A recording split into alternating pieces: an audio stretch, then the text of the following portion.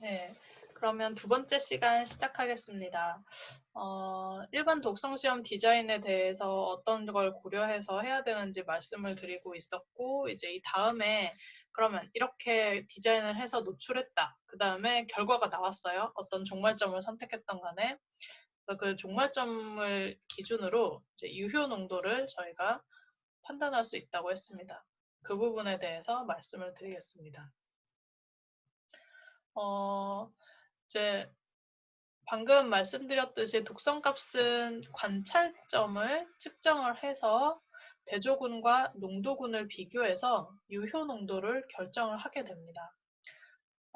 그리고 이 관찰점이 제가 아주 여러 가지가 될 수 있다고 말씀을 드렸죠. 그래서 결국은 한 노출 실험을 했다고 해도 독성값은 여러 개가 나올 수가 있습니다. 생식기에 관련한 하나의 관찰점에서는 뭐 10이 독성값이 될 수도 있고, 그런데 그거보다 훨씬 더 높은 농도에서 이제 생존과 관련된 죽고 사는 문제는 훨씬 더 많이 노출되어야 죽겠죠.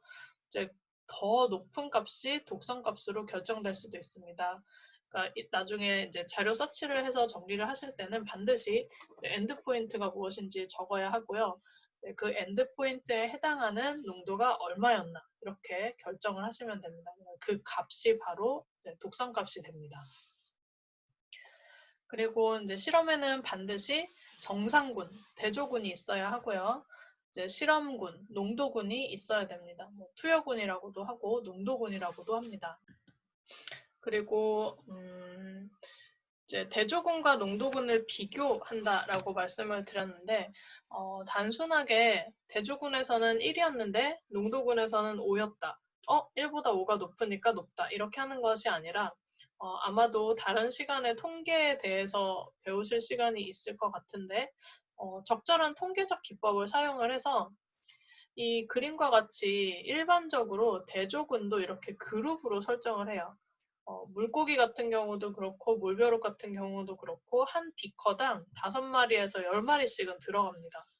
그런데 이 비커를 이제 4개씩은 반복을 하죠. 그러면 결국은 최소 20마리, 어떤 경우는 40마리, 50마리까지도 뭐 100알이면 100개씩 넣는 경우도 있어요. 그러면 이 비커당 그룹이 되죠. 이 그룹에 관찰점을 측정을 해서 정량화를 한 다음에 그것의 평균값을 낼 수 있습니다. 그리고 다시 이 한 반복군의 평균값이 4개가 나오는데 이 4개의 평균값을 또 사용을 합니다. 그 과정에서 평균값과 표준 편차까지 구할 수 있겠죠. 그리고 이제 원 데이터를 모두 입력을 하면 그 평균과 표준 편차를 비교를 해서 통계적으로 이제 표준 편차까지도 봤는데 이게 진짜로 범위가 겹치지 않고 차이가 나더라 하는 것을 이제 일반적인 통계 프로그램이 그런 것을 판단을 해줍니다. 평균 비교라고도 하죠. 뭐 T테스트라던가 아노바, 통계 관련해서 조금 상식이 있으신 분들은 들어보셨을 텐데 그런 통계적 기법을 이용을 해서 통계적으로 의미 있게 변화했다. 네, 의미 있게 변화했다가 중요하고요. 또는 유의한 변화라고도 표현을 합니다. 그렇게 판단되는 정도를 가지고 이제 유효 농도를 판단을 합니다. 보통 이제 실험 디자인은 이런 식으로 하기에 그림을 이렇게 나타냈고요. 여기가 정상군입니다. 아무것도 넣지 않은 대조군이 되겠고요. 투여군 1은 가장 낮은 농도, 투여군 2는 그 다음 높은 농도, 3은 그 다음 높은 농도, 4는 그 다음, 그리고 5, 6으로 갈수록 점점점 높아집니다. 그리고 보통은 이제 최고 농도를 결정을 하고 실험 디자인을 할 때 이것을 뭐 2배, 3배, 5배, 10배 이런 식으로 일정하게 5에서 4로 갈 때 10배를 했다면 4에서 3으로 갈 때도 10배, 3에서 2로 갈 때도 10배 이런 식으로 10배씩 희석을 해서 5를 정했다면 5씩 희석을 해서 2배씩 하는 경우도 있어요. 좀 촘촘하게 하고 싶은 경우는 이제 그런 식으로 디자인을 해서 노출을 합니다. 그리고 자기가 정한 일정 시험 기간이 지나서 관찰점을 측정을 했어요. 그리고 그 값을 이렇게 정량화를 했습니다. 반응이 어떤 것이든 간에 어떤 경우는 대조군에서 아주 높고 농도군에서 낮은 게 독성이 될 수도 있어요. 많이 살아있고 적게 살아있고 그런 경우는 그렇고, 이런 것들은 어떤 독성이 일어나면 많이 반응하는 관찰점일 경우에 그렇습니다. 예를 들어서 발암물질이 만약에 들어왔는데 그것을 회복하기 위한 활동을 하면 오히려 대조군에서는 이 정도만 발현이 되어 있는데 농도군에서는 그 물질에 반응을 하느라고 많이 증가하는 경우가 생겨요. 그런 경우는 이런 식의 그래프를 볼 수가 있습니다. 그런 식으로 했다고 생각하고, 대략 그래프를 이제 제가 만든 건데 보시면 투여군 1, 2, 3, 4, 5, 6으로 갈수록 점점점 높아져요. 어쨌든 농도 1이나 2도 대조군보다는 높아요. 표준 편차 표시는 하지 않았지만 통계적으로 원데이터를 넣어서 비교를 해봤더니 농도 1과 2 그룹은 대조군보다 평균이 높기는 하지만 이제 범위가 어느 정도 겹쳤거나 해서 통계적으로 유의한 차이가 없다라고 이제 결론이 나왔어요. 그런데 이제 3부터는 대략 10 몇, 20 몇 정도 되는 평균값인데 아주 통계적으로 뭐 유의하다, 의미 있다라고 결정이 되었어요. 이 다음도 마찬가지죠. 그래서 이 그래프를 딱 보면 이게 대조군이고 농도 3, 4, 5, 6이 모두 유효 농도가 됩니다. 전부 다 여기서 이제 독성값을 구할 수 있는 것이고요. 처음에 말씀드렸던 최소 유해 영향 관찰 용량, 로아엘은 유효 농도 중에서 제일 낮은 값이라고 했죠. 최소만 노출돼도 의미 있는 독성을 일으키는 양을 결정을 해야 최대한 안전하게 만들 수 있기 때문에 이제 이 값이 중요합니다. 그러면 여기서 로아엘 값은 3, 4, 5, 6 중에 제일 낮은 것은 3이니까 농도 3에 해당하는 값이 될 것입니다. 그게 이제 로아엘에 해당하는 독성 값이 되겠고요. 독성 값은 그 투여 물질의 농도로 나타냅니다. 그리고 이 그래프에서는 최대 무영향 관찰 농도도 구할 수 있습니다. 무영향 관찰 농도는 유효 농도가 아닌 투여군을 뜻하죠. 여기서는 농도 1, 2입니다. 이 중에서 가장 높은 것, 이것도 역시 이제 물론 화학물질이 제일 조금 노출되면 노출될수록 좋지만 뭐 기술적으로나 아니면 현실적으로 화학물질이 0이라는 것은 불가능하기 때문에 뭐 기업들은 더더욱 그렇겠지만 사용하는 사람 입장에서도 이제 최대한 높게 사용을 해서 편의를 도모하면서도 건강 영향은 끼치지 않는 그런 농도를 찾게 됩니다. 그래서 이제 이런 로아엘 같은 개념이 또 중요하게 된 거죠. 그리고 이제 로아엘과 노아엘 둘 중에 뭘 사용해야 되느냐, 만약에 이제 그런 고민이 되면 사실은 이제 이 노아엘을 구하는 것이 좀 더 안전합니다. 로아엘은 어쨌든 낮은 것이긴 하지만 영향이 있었던 값이고, 노아엘은 아무리 높아도 영향이 없었던 값이기 때문에 사실은 그 로아엘보다는 최소 유해 영향 관찰 용량보다는 최대 무영향 관찰 농도 노아엘이 더 중요한 값이라고 생각해 보실 수 있습니다. 여기서는 농도 2에 해당하는 유해 물질의 노출량이 이 노아엘 값이 되겠죠.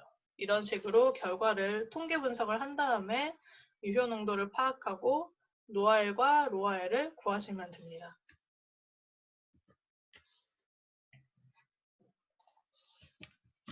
그다음에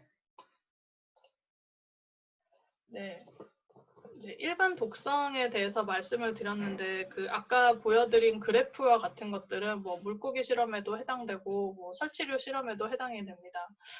보통 설치류 이상의 실험을 생태 독성 자료라고 하지는 않아요.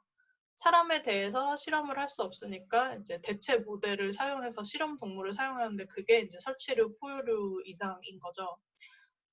물고기는 그 중간쯤에 있습니다. 척추동물이면서도 포유류는 아니지만 좀 더 용이하게 실험을 할 수 있고 또 생태계를 반영을 하기도 합니다.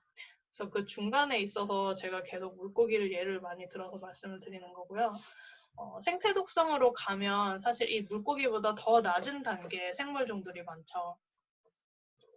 아주 간단하게는 물고기에게 먹히는 동물성 플랑크톤인 물벼룩 같은 것들이 있고, 또 이 물벼룩이 먹는 식물성 플랑크톤이 있어요. 조류들.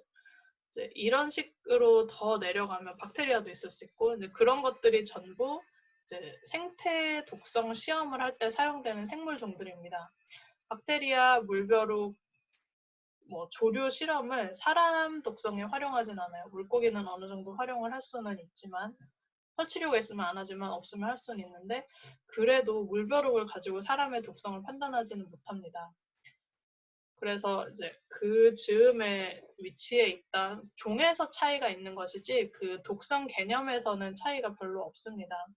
그래도 어쨌든 인체 위해성 평가랑 생태 위해성 평가는 좀 구분이 되어야 하니까 생태 독성에 대해서도 좀 띄어서 말씀을 드리겠습니다. 나중에 생태 위해성 평가에 대해서 별도로 다루는 시간을 가질 텐데, 그때도 한 번 더 생태 독성 자료라던가 생태에 대한 특성에 대해서 말씀을 드리게 될 거예요. 그러면 저희는 이제 용량 반응 평가, 독성에 대해서 배우고 있으니까 여기에 대해서 먼저 말씀을 드리겠습니다. 우선 이 생태 독성 평가는 물고기 말씀을 드렸는데, 그 생태 독성 평가 자체를 해도 사실 사람을 보호할 수 있기 때문에 초반에는 이제 생태 독성 평가를 통해서 물질의 안전성을 평가하게 되었어요. 생태계가 오염되면 당연히 사람도 영향을 받게 되겠죠.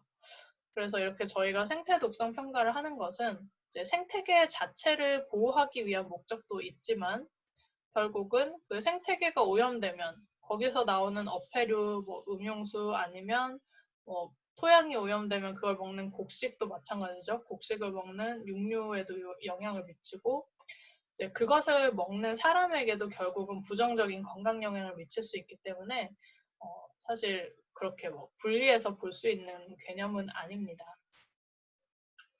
지금 현재 매체별로 화학물질을 농도 규제를 하고 있어요. 토양에서는 뭐 중금속 뭐가 얼마 검출되면 안 되고 또 다른 중금속은 얼마 검출되면 안 되고라는 기준치가 있죠. 음용수도 그렇고 저희가 뭐 지하수 아니면 그냥 수돗물 이런 것도 전부 매체별로 화학물질의 농도 규제가 있습니다. 그리고 매체별로 중요한 물질들을 한정해서, 사실 모든 걸 다 규제할 수는 없으니까 특정 물질을 한정해서 이제 리스트를 만들었어요. 근데 여기는 약간의 문제가 발생할 수 있는 게, 이제 그 외의 화학물질에 대해서는 규제하지 않는다는 문제점이 생깁니다. 뭐 모든 화학물질을 일일이 분석할 수가 없고 또 알 수가 없으니까 당연한 결과이기는 한데, 그래도 새로 이제 기업들이 계속 화학물질들을 개발을 하고 있잖아요. 그런 것들을 모두 포괄하지 못한다는 한계가 있어요. 그래서 이제 최근에는 생태 독성이 더 중요하게 된 것이, 이런 문제가 생기고 화학물질이 계속 사용이 늘어나고 개발이 늘어나니까, 그러면 화학물질이 뭔지는 모르지만 거기에 살고 있는 수용체가 잘 살고 있나 못 살고 있나를 봐서 통합적으로 물질은 몰라도 독성이 있나 없나는 판단을 하자. 이렇게 가게 됐습니다. 그래서 이제 애초에 배출수라던가 방류수의 규제 기준을 이렇게 생태 독성 값을 합니다. 예전에는 어떤 배출수를 내보냈을 때 그 안에 중금속이 얼마 있으면 안 된다, 이렇게만 규제를 했다면, 지금은 거기에 하나 더해서 그 배출수에 물벼룩을 살게 해서 얼마 이상 잘 살고 있다라는 것을 이제 확인을 해야, 중금속이 얼마 이상 있으면 당연히 죽겠죠. 그걸 몰라도, 측정해보지 않아도 물벼룩이 잘 사나 안 사나를 보고 이제 위해성을 관리할 수 있도록 하고 있습니다. 그래서 궁극적으로 이제 그런 방향으로 나가야 한다고 계속 이야기를 했고, 또 이제는 이제 통합적인 독성을 평가하기 위한 도구로 이 생태 독성 평가 기법이 활용이 되고 있습니다. 그리고 이렇게 생태 독성 평가를 할 때 좀 뭐 강론으로 들어가면 좀 다르기는 하지만, 판단하는 뭐 종말점이나 평가하는 값도 다르기는 하지만, 이제 앞서 보여드린 이런 기준과 거의 동일하게 실험을 수행하고 그걸로 유효농도 같은 것들을 확인을 하기 때문에 이런 지식들이 여기에서도 활용이 될 수가 있습니다.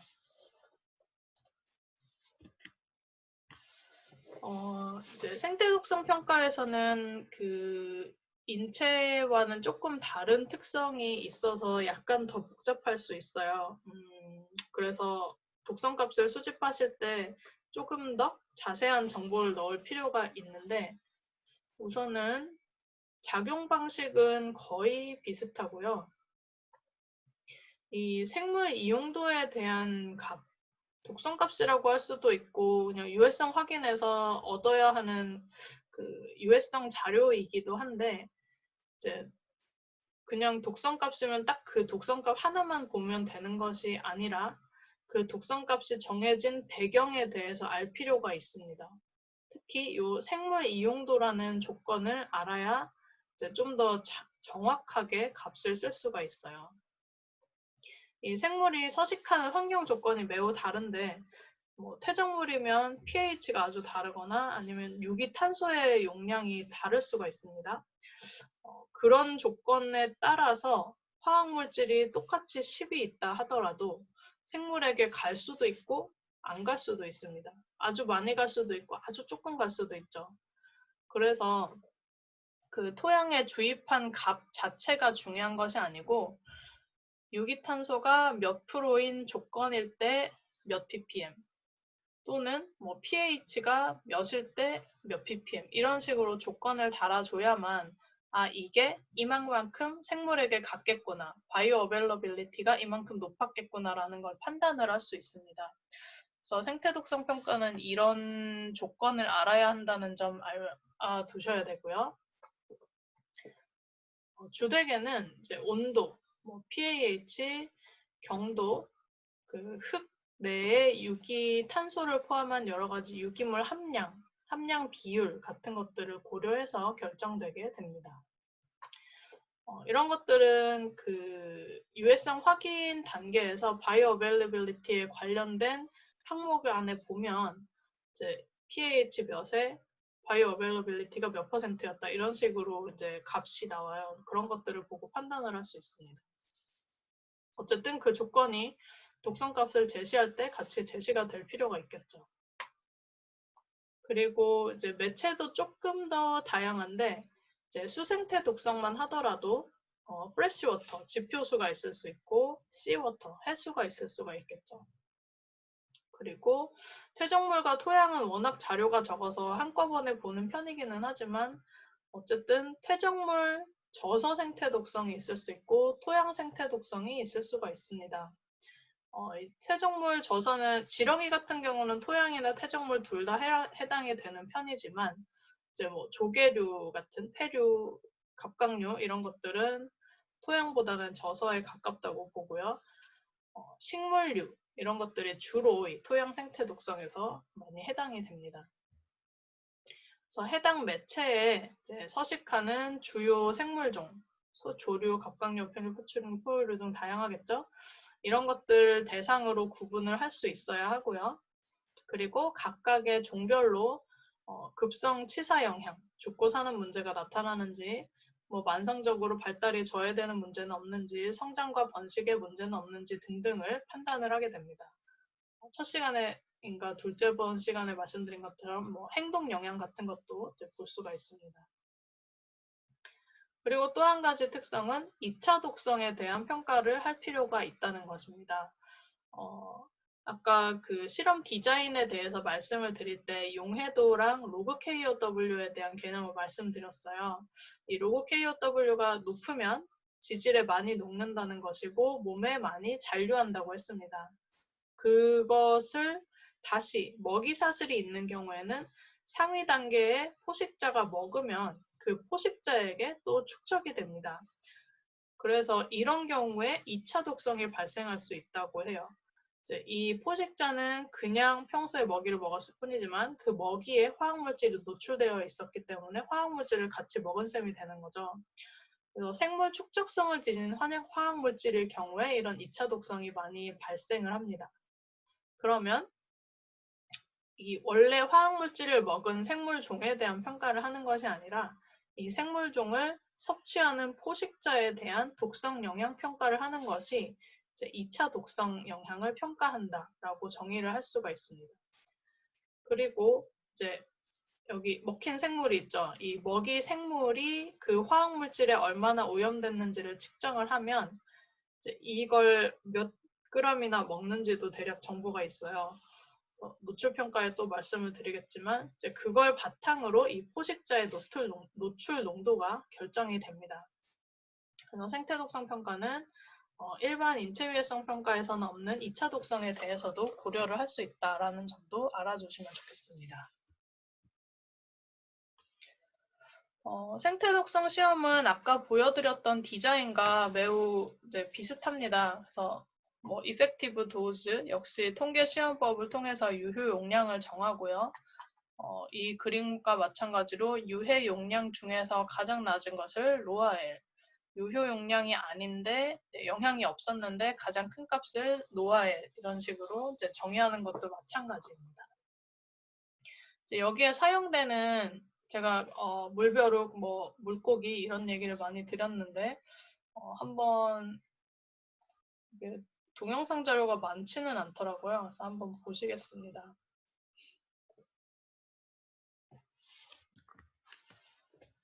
네, 이거는 오일 dispersant toxicity라고 해서 이제 원래 수생태계 지표수나 해수 모두 오일 유조선 사고가 나면 일어나죠. 이제 오일에 대한 문제가 없어야 하는데 사실 거기에 사는 해양 생물, 수생태 생물들에게 영향을 많이 미칩니다. 이제 그런 테스트를 하기 위한 워크숍을 해서 그 장면을 아주 간단하게 담은 영상입니다. 여기서 보실 거는 대략 데프니아라는 것이 어떻게 생겼나 정도이죠. 네, 이렇게 생겼는데 실제로 아주 작습니다.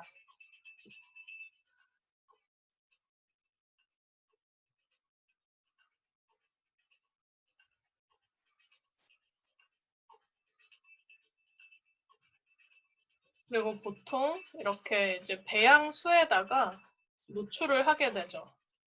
여기에 물질을 노출을 시켜서 이것을 이제 벼룩에게 투여를 하게 돼요. 그 안에 사는 것이 이제 투여군이 되는 것이고 저렇게 노출시키지 않은 물에 사는 것이 대조군이 됩니다.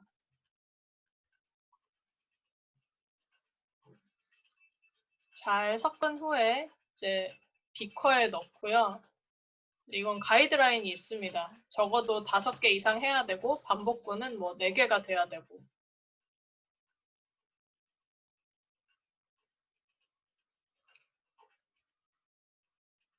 네, 이제 물벼룩을 넣고 있는데 이런 실험은 보통 새끼들을 이용하게 돼요. 저희 새끼 손톱의 한 20분의 1? 아무튼 엄청 작아서 눈이 나쁜 분들은 보이지 않아요. 여기도 투여했는데 여기 작은 점처럼 이렇게 움직이고 있죠. 급성 독성 실험을 하면 이런 식으로 48시간 지켜보게 됩니다. 제가 비슷하게 보다가 이런 데프니아 케어, 핸들링, 그 다음에 심장 박동을 어떻게 측정하는가 이런 동영상도 있는 것을 발견을 했어요. 그래서 좀 관심 있으신 분들은 이것도 보시면 좋을 것 같습니다. 단순히 제가 이걸 시험에 낼 것은 아니기 때문에 호기심, 궁금하신 분들은 물벼룩에 대해서 좀 더 보셔도 됩니다. 가깝게는 김기태 교수님 연구실에 가서 볼 수도 있겠죠. 계속 컬처를 하시는 걸로 알고 있습니다. 그리고 여기 제브라피쉬에 대해서도 나옵니다. 아까 물벼룩이 톡시컨트에 아주 센서티브하다라는 설명이 잠깐 나왔어요. 그래서 이제 독성 실험에 사용을 하는 것이고 이 제브라피쉬라는 생물종도 마찬가지입니다. 물고기가 아주 많을 수 있는데 그 중에서도 이제 저희가 실험을 해서 반응이 잘 나타나야 결국 실험종으로 사용을 할 수 있기 때문에 그 부분을 고려해서 이런 식으로 시험 생물종을 정하는 편입니다.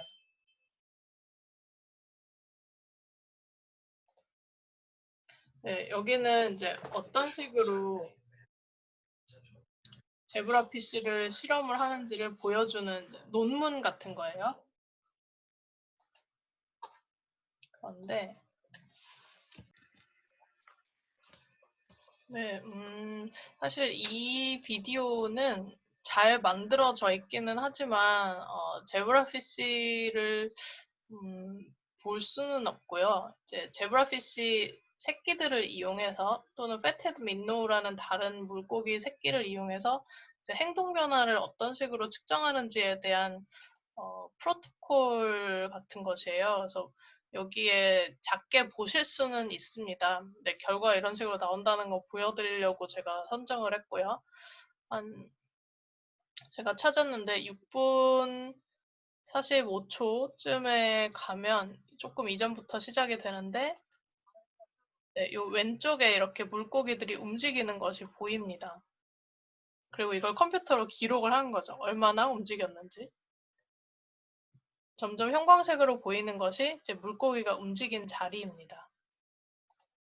그래서 카페인을 노출시켜서 밤낮으로 이제 어떻게 대조군에 비해서 활동을 더 많이 하는가, 뭐 이런 것들을 체크를 할 수 있겠죠.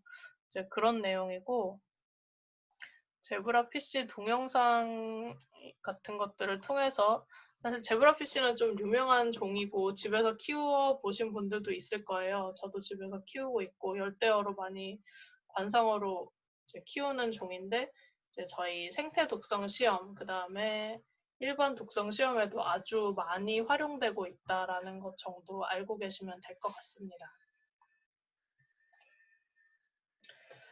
네, 이제 과제에서 하셔야 하는데, 이제 자료 수집을 통해서 이제 저희가 보통 독성값을 구하겠죠.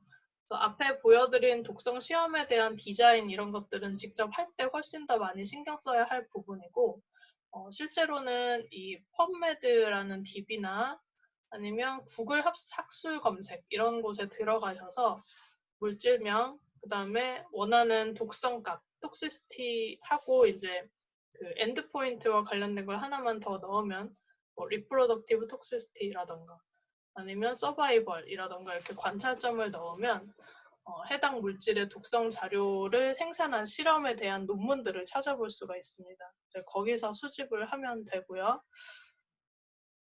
이렇게 직접 한번 해보도록 하겠습니다. 저는 이제 주로 구글 스칼라를 많이 사용을 하는데요. 그래서 다시 들어가 보도록 하겠습니다.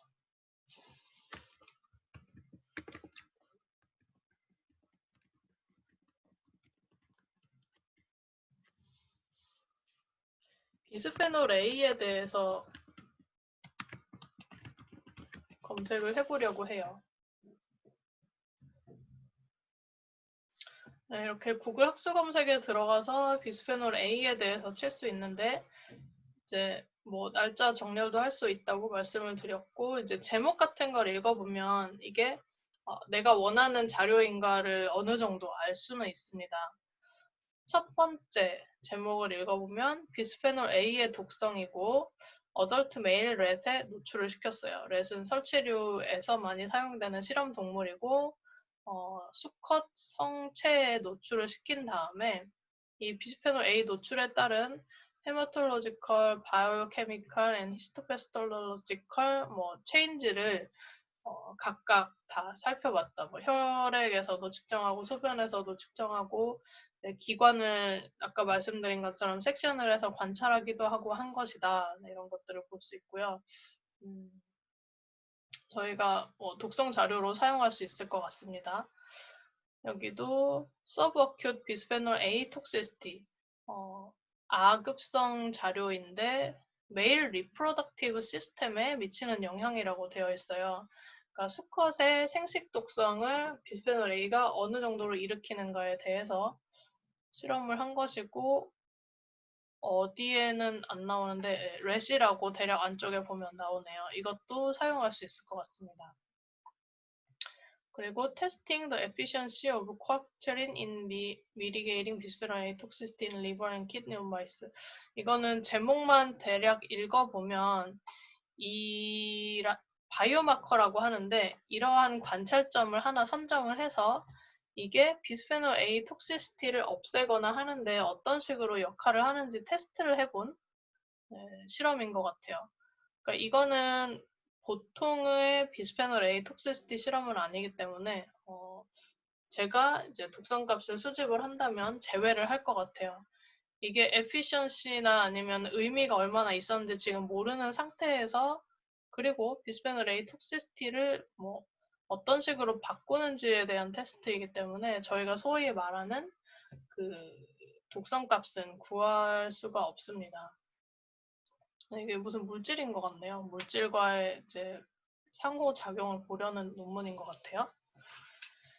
그리고 이제 Genomic Expression Response, 비스페놀 A에 대해서, 그리고 데프니아 마그나를 사용해서 했네요. 이거는 한번 읽어볼 수는 있겠는데 이것도 수생태 독성 자료로 사용될 수는 없을 것 같아요. 그리고 일반 독성 자료도 이제 사용될 수는 없을 것 같아요. 비스페놀 A 독성을 본 것이긴 하지만 유전자 발현 수준에서의 체인지만 봤고 저희가 보통 독성 값을 구할 때는 물론 유전자 발현도 중요한 관찰점의 하나가 될 수는 있지만 아직까지는 그걸 사용해서 이제 안전 기준을 만드는 데까지는 가지 못했습니다.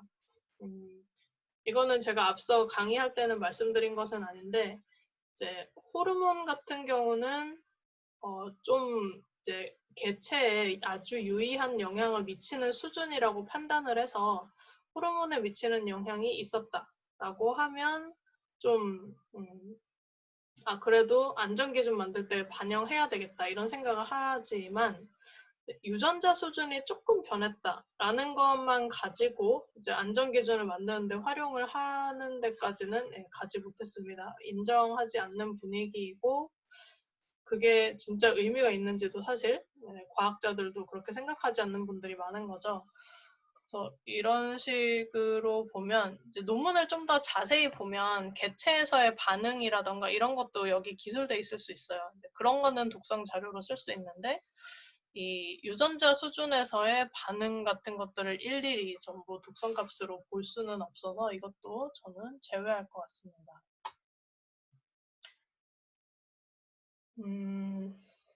그리고 이것도 이제 처리에 대한 것인 것 같고요. 독성이 아니라. 그리고 이런 것도 비스페놀 A를 처리한 다음에 프로폴리스에 어떤 영향이 있었는가. 그 다음에 인비트로 스터디인데 비스페놀 A 톡시티 얼리 엠브리오를 사용해서 한 거여서 이거는 좀 더 자세히 봐야 알 것 같아요. 보통 인비트로 스터디도 역시 아까 말씀드린 것처럼 그 유전자 변화가 좀 적용되기 힘들다고 말씀드린 것처럼 안전기준 만드는데 잘 활용되지는 않습니다. 근데 독성 자료로 수집해 놓을 수는 있겠죠. 왜냐면 기전 같은 것도 알 수 있고 그것과 관련된 생물학적 시험, 인비보 실험과 연관이 된 게 있을 수도 있으니까 좀 살펴보기는 할 것 같습니다. 그리고 이런 것들이 좀 더 전형적인 자료가 되겠네요. 그로스 퍼포먼스, 성장에 대한 거, 바이오케미칼 베리어블, 생화학적인 변화, 그 다음에 옥시데이티브 스트레스, 산화손상, 이것도 이제 점점 세포에 많이 일어나면 암이 일어날 수 있는 기전 중에 하나여서 이제 틸라피아 물고기를 이용을 했네요. 이 물고기에 비스페놀 A를 노출시켜서 어떤 생장 문제가 있었나 여러 가지 독성을 테스트한 것이어서 이런 것들을 좀 자세히 봐서 수생태 독성의 독성값으로 사용을 하실 수가 있습니다. 이것도 쓸 수 있겠네요. 그래서 이런 식으로 이제 톡시시티만 단순하게 쳐서 저처럼 뭐 설치류도 나오고 뭐도 나오고 뭐의 효과도 나오고 이렇게 쭉 봐서 거르는 방법도 있지만 처음부터 키워드를 좀 더 자세히 하셔서 거기에 포커싱된 자료를 찾는 것도 좋은 방법일 수 있습니다. 그리고 이제 이후에 점점 그 독성이라던가 아니면 환경 위해성 평가라던가 이런 걸 배우시니까 이제 생활 속에서 이런 이슈가 생길 때 직접 자료를 좀 보고 판단하는 능력도 키우시면 좋을 것 같아요. 모든 물질에 대해서 저희가 알 수는 없지만 그 물질에 대해서 자료를 조사하고 이 자료가 맞는 것인가 틀린 것인가 다른 자료랑 비교해서 이제 신뢰도 있는 자료를 가지고 다시 논의를 해나갈 수는 있습니다. 이제 그런 차원에서 이제 예를 몇 가지 들었는데 이것도 나오네요. 이거는 최근에 코로나 때문에 이제 계속 방역을 하고 있죠. 뭐 여러 가지 방역이 있지만 화학물질을 통해서 소독을 하는 경우가 상당히 많은데 이제 개인적으로 집에서 사용하시는 분들도 많습니다. 보통은 이제 손에 바르거나 하는 거는 알코올 글리세린이어서 아주 뭐 독성도 없고 괜찮은데 그 외에 이제 화학물질을 사용하는 경우가 아직 정보가 많지 않아서 문제가 될 수 있다는 생각을 조금씩 하고 있어요. 그리고 이게 독성 자료가 많지 않아서 안전 기준이 정확히 선정되어 있지 않은 상태입니다. 지금 가장 많이 사용하는 것이 이제 사급 암모늄, 뭐 차염소산 이런 것들인데 굉장히 안전하다라고 이제 강조가 되고 있거든요. 저도 이제까지 그렇게 알아왔고 그런데 2007년에 나온 연구 결과를 보면 물론 농도가 중요하죠. 농도가 중요한데 동물 세포에 노출 실험을 했을 때 이제 미토콘드리아 기능 저해라던가 아니면 호르몬을 만들어내는데 이제 리스판스를 좀 손상시키거나 하는 것이 발견이 되었나 봐요. 사실 이런 거는 이제 그 살충제에서 보이는 영향과 상당히 비슷한 것이어서 세포 실험도 그렇고 또 다른 팀은 또 이제 설치류 실험을 했는데 생식 독성이 있었다라는 것도 발표가 되었습니다. 그래서 이제 여기서 이 기사에서 잘 설명을 하고 있기는 한데 안전한 살균제다라고 알고 있지만 잘 알려지지 않은 이 연구들을 좀 더 찾아본다면 조금만 검색하면 이런 것들을 찾을 수 있고 사실 영어로 검색을 하면 그냥 기사 말고 좀 공인된 DB에서 나오는 자료들을 활용을 하면 본인이 직접 독성 자료도 찾고 그다음에 이런 기사의 진위 같은 것도 소위 말하는 팩트 체크도 이제 좀 할 수 있게 됩니다. 그런 것들을 해보시는 것이 좀 위해성 평가를 배워서 위해성 평가 하는데도 도움이 되지만 생활 속에서 이런 문제를 접했을 때 문제 해결 능력을 키우는 데도 도움이 되실 것 같아요.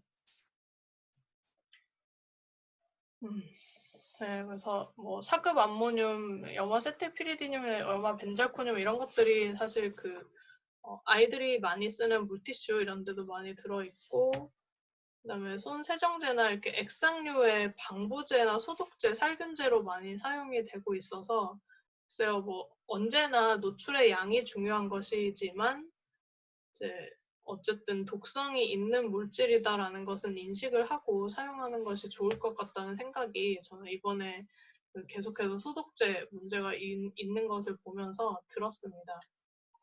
물론 지금은 이제 소독제가 위험하다고 아예 다 안 쓰면 또 바이러스에 의한 위험이 더 크기 때문에 소독제를 쓰지 말자라고 할 수는 없는 것이고 알코올과 같이 안전한 것은 괜찮은데 가능하면 좀 안전한 물질을 선정을 해서 사급 암모늄처럼 이런 세포 문제, 세포 독성 이런 것들이 없는 물질들로 살균을 할 수 있으면 더 좋지 않을까 하는 생각을 해봤습니다. 그리고 글라이포세이트도 지금 한창 논란이 많이 되고 있어요. 그래서 이 글라이포세이트는 독성값이 많이 없기는 한데 아마도 지금 고민을 하고 있는 중이긴 한데 좀 중간고사의 그 레포트처럼 좀 문제를 내볼까 합니다. 글라이포세이트하고 몇 가지 물질이 좀 더 있어요. 찾아볼 만한 물질이 더 있어서 그런 것들을 중심으로 자료 찾아보고 그 자료를 근거로 본인의 생각을 정리를 해서 이제 유해성 확인과 평가 작업을 나름대로 진행을 하는 거죠. 네, 그 정도까지 중간고사를 대체할 정도로 낼 수 있지 않을까 좀 고민 중이고요. 관심 있으신 분들은 글라이포세이트에 대해서 좀 찾아보시기 바랍니다. 그 대표적으로 몬산토에서 만드는 라운드업 제초제에 포함되는 농약 성분인데 작년에는 수입산 맥주에서 많이 검출이 됐다라고 해서 막 한창 이슈가 되었었어요. 이슈가 되다가 말았고 글라이포세이트는 안전하다라는 식으로 계속해서 이제 방어하고 있는 기업들도 있고 그런 자료들도 많이 나오고 있기 때문에 이 부분은 논란이 계속되고 있고 좀 찾아볼 만한 자료들이 많은 것 같습니다. 네, 어디. 우선은 여기까지 하고 또 쉬어가면 좋겠고요. 일반 독성 자료는 제가 아까 보여드린 것처럼 검색을 해서 그냥 톡시시티라고 해서 읽어보고 구하면 되고요.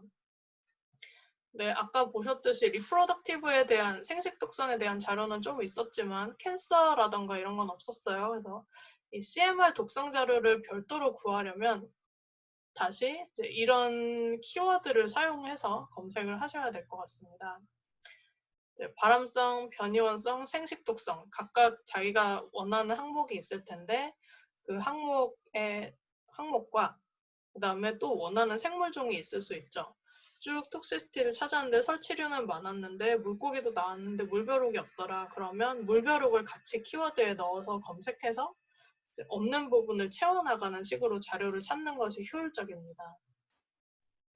발암원성의 경우에는 칼시노젠, 칼시노제니시티, 캔서 코즈, 옥시데이티브 스트레스 이런 것들을 같이 키워드로 넣으면 발암원성에 대한 검색을 하실 수가 있고요. 변이원성은 뮤타제니시티, 뮤타젠, 진 뮤테이션, 크로모소멀 데미지, 크로모소멀 에버레이션, DNA 트랜스포메이션 이런 것들을 지노톡시시티도 할 수 있고요. 변이원성을 찾기 위한 키워드로 활용을 하실 수가 있습니다. 생식 독성은 리프로덕티브 톡시시티, 리프로덕션, 리프로덕티브 시스템 이런 것들이 들어가 있으면 되고 인퍼틸리티라던가 옵스프링이 수가 리듀스 됐다 이런 식의 표현을 쓰는데 모두 생식 독성에 해당합니다. 넥스트 제너레이션 이런 F0, F1 이런 단어도 생식 독성을 묘사하는 데 쓰이기 때문에 키워드로 쓰실 수가 있습니다. 그러면 이제 엄청나게 많은 자료가 바라건대는 쭉 정리가 되고 거기서 다시 분류를 해서 이제 어떤 부분은 데이터가 많아서 이걸 가지고 안전치를 만들 수 있겠다라는 판단이 설 수 있고요. 이 부분은 좀 부족하다라는 판단이 들 수도 있어요. 그런 작업을 데이터의 갭을 분석한다고 합니다. 데이터 갭 분석을 해서 나중에 참고치, 안전기준을 산출하는데 활용을 해야 됩니다. 발암원성이나 변이원성 자료를 수집을 하면 이게 이제 발암력을 산출하는데 직접 활용이 되겠고요. 이런 식으로 자료를 수집해서 정리한다. 그리고 이 자료는 이제 데이터 갭 분석에 활용돼서 추후에 안전기준 설정에 활용한다. 여기까지 알고 계시면 되겠습니다. 2차 시는 여기서 마무리하겠습니다.